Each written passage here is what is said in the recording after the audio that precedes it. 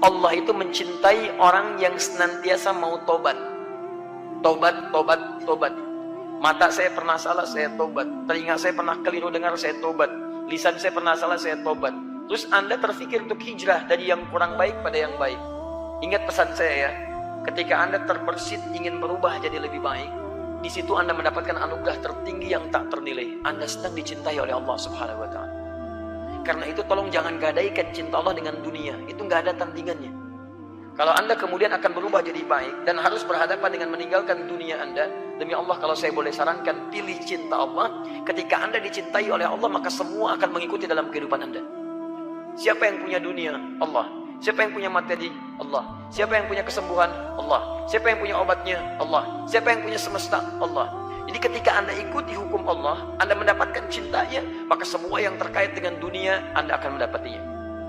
Tapi kalau Anda pilih dunia, maka dunia jadi besar di hadapan Anda, cinta Allah akan jauh dari Anda. Demi Allah saya katakan, saya beri rumus cepat ya, ini rahasia kedua yang saya sampaikan di antara kita saja. Lihat baik-baik. Orang tobat, ciri pertamanya istighfar. Istighfar itu permohonan ampunan dari dosa. Ya, jadi begitu dia beristighfar, itu menandakan dia mau tobat di hadapan Allah. Astagfirullah, astagfirullah. Nah, orang istighfar itu, dia berpeluang mendapatkan cinta Allah. Ketika dicintai oleh Allah, perhatikan baik-baik. Rahasia pertamanya ketika cinta Allah turun, dosa diampuni dulu. Quran surah ketiga, ayat 31, paling kiri sebelah atas. Saya langsung ke ujungnya. Yuhibbukumullah wa yaghfir lakum dzunubakum. Kalau cinta Allah sudah diberikan pada Anda, maka yang pertama dosa Anda diampuni dulu, habis semua. Habis. Ciri diampuni dosa sederhana, gampang. Paling gampang adalah lihat akibatnya. Anda sudah tidak senang dengan dosa itu lagi dan berganti dari buruk jadi baik. Misal, Anda sering marah-marah tidak jelas. Anda bertobat, tiba-tiba Anda jadi penyabar, maka penyabar itu ciri diterimanya tobat Anda. Dosa Anda digugurkan, sabar Anda muncul. Anda sering kumpul pada yang tidak jelas, pindah kepada yang jelas-jelas untuk akhirat Anda bisa. Ikut ta'lim, diskusi yang baik-baik, bekerja pada yang halal lebih baik lagi. Maka demi Allah saya katakan, fokus baik-baik. Saat Anda kemudian berubah jadi lebih baik dari ujung kepala sampai ujung kaki, itu tandanya tobat Anda diterima oleh Allah Subhanahu wa Ta'ala. Dan dosa Anda sudah digugurkan. Jadi kalau sudah digugurkan, Anda jangan diulangi lagi. Hati-hati betul. Nah, kalau sudah seperti itu, ujian pertama Anda mesti berpisah dengan yang dulu-dulu.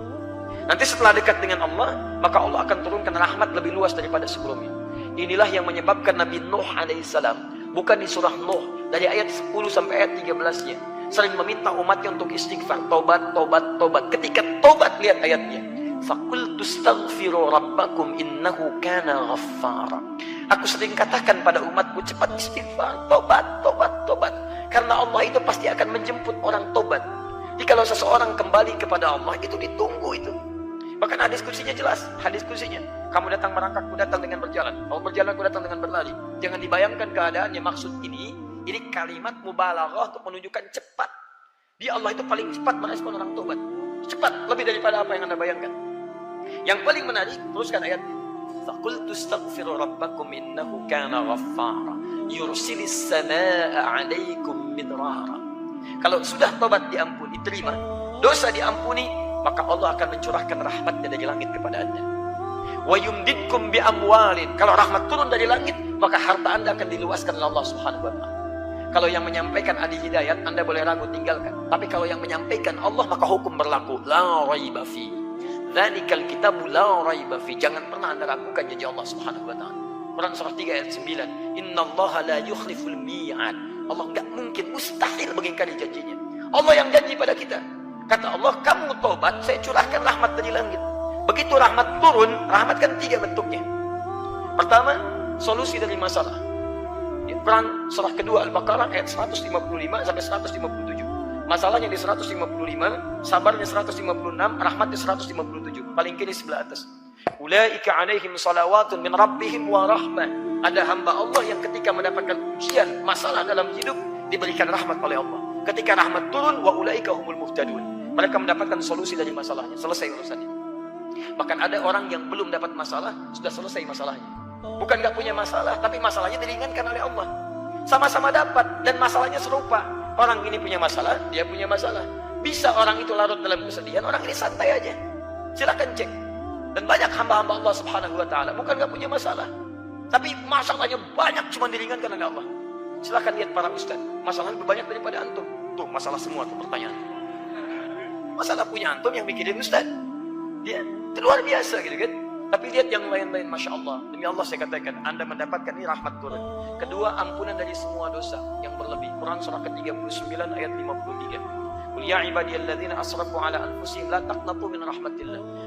Kalau Anda pernah berbuat dosa, maaf ya, sepenuh langit, bahkan memenuhi bumi, daratan lautannya, darat laut bahkan udaranya.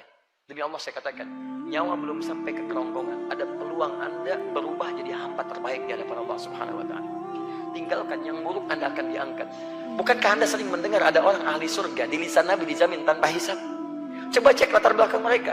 Bukankah mereka pernah berbuat salah? Teman-teman, tidak ada yang sempurna.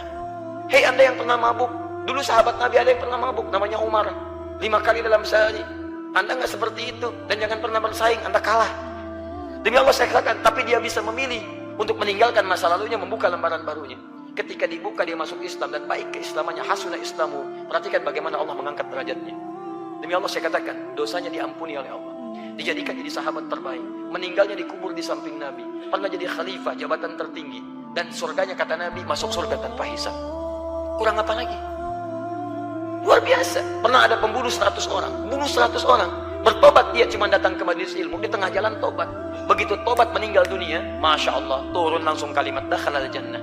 Langkahnya menggugurkan dosanya ketika bertobat, setiap depaknya dihitung sebagai pahala. Ketika dosanya gugur, pahalanya muncul, apa yang terjadi? Dakhalal jannah.